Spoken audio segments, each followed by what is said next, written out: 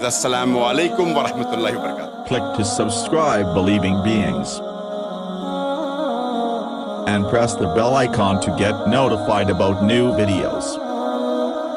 Assalamu alaikum wa alaikum assalam wa rahmatullahi wa barakatuh.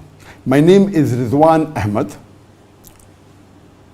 I am 18 plus. I am from Dhaka, Bangladesh, currently studying A-levels. I used to have true belief in Allah until I saw some random atheist videos. It created a lot of questions in my mind about Allah, that whether He is listening to me or not. The scientific things which are written in the Quran, whether it is written by Allah or someone very knowledgeable wrote it. I'm suffering from these types of questions in my mind, and I would like to request you to reply to my message so that I can get a relief from this problem. The question posed by Rizwan Ahmed from Dhaka, Bangladesh is a common phenomena, because nowadays you find on the internet, the whole world has become a global village, and you find on the social media, there are various platforms in which there are missionaries working and they are attacking Muslims. There are Christian missionaries, there are other missionaries, there are atheists who try and attack Islam and take out faults in the Quran, ask questions which confuse a Muslim, and there are many Muslims who get confused, and from them, many of them even leave the deen. Though compared to the 2 billion Muslims, the numbers are very small, but even if few go, it is a disaster. So what is the solution?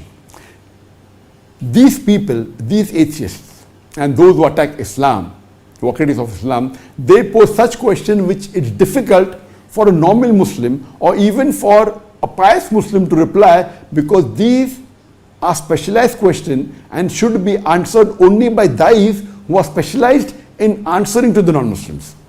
So that is the reason that we are having these sessions. Ask Dr. Zakir, ask Sheikh Farik, so that you can get the replies to this question. It's difficult for us to go to each of these websites. If we go, we'll be catering to a few hundred. But here, when we are having these live sessions, every week, initially when it started, there were more than 1 million, but now there are a few 100,000 every week watching this program. And after that, it's yet available on the platforms like YouTube, like Facebook, like Al-Hidayah, and millions are benefiting. So the reason we have this session is so that you can ask these questions. And what you said, that there are questions that bring doubt, that does Allah know us? You know, a question like was asked to me during last session, that if Allah knows everything, why do you have to do dua to Allah? If God knows what you want, why do you have to do dua to Allah is the question. And it's a logical question, and this answer was given by me in the last session. That what is the reason Allah wants us to do dua to Him? Even though He knows what you want, then there may be questions like, who created Allah?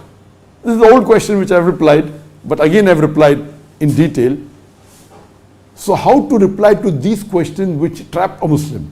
And regarding your other question, that yes, there are scientific points in Islam, there are many scientific points in the Quran, but most of them, they were known earlier. And that was the question that was asked to me 2 sessions before, which said that Quran says that the light of the moon was its own light. The light of the moon is its own light. But this was discovered by a Greek philosopher a few centuries ago, before the Quran was revealed. And the argument is correct. But I gave the reply, what they failed to realize, that out of the thousands of things that are mentioned in the Quran, there are a few things which were discovered earlier, but the same Greek philosophers who said that the light of the moon was its own light, they also believed in the theory of geocentrism, that Earth is the center of the universe, which is totally wrong.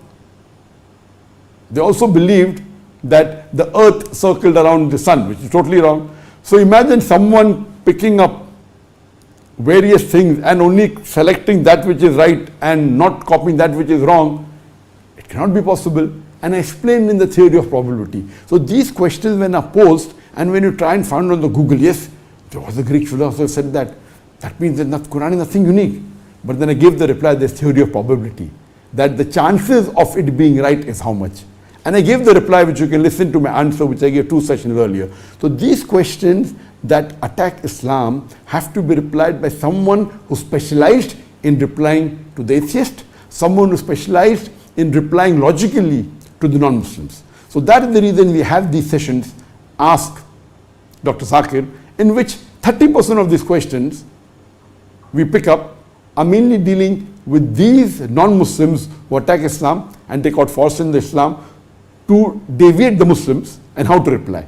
30% may be logical questions asked by Muslims who may not know the reply, and we reply to that. 30% may be questions on fiqh, and maybe 10% may be on pure comparative religion, quoting the Quran, the Vedas, etc. So these question answer session basically answers to most of these questions. So the 2 questions that you posed, I already replied. What I would suggest to you, brother, is that you hear and watch all my sessions. You know, this is going on for more than 2 years.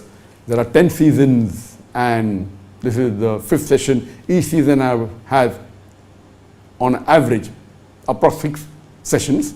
Sometimes it has 9. So totally already more than 60 plus Ramadan would be 70 sessions have been taking place.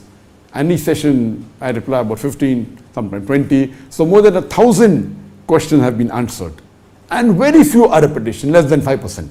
So if you watch the answers to these 1,000 questions, inshallah, if not all, almost all your queries would be answered. So I do request you to watch all my answers of this session, Ask Dr. Zakir, and inshallah, almost all your queries would be answered. Hope that answers the question.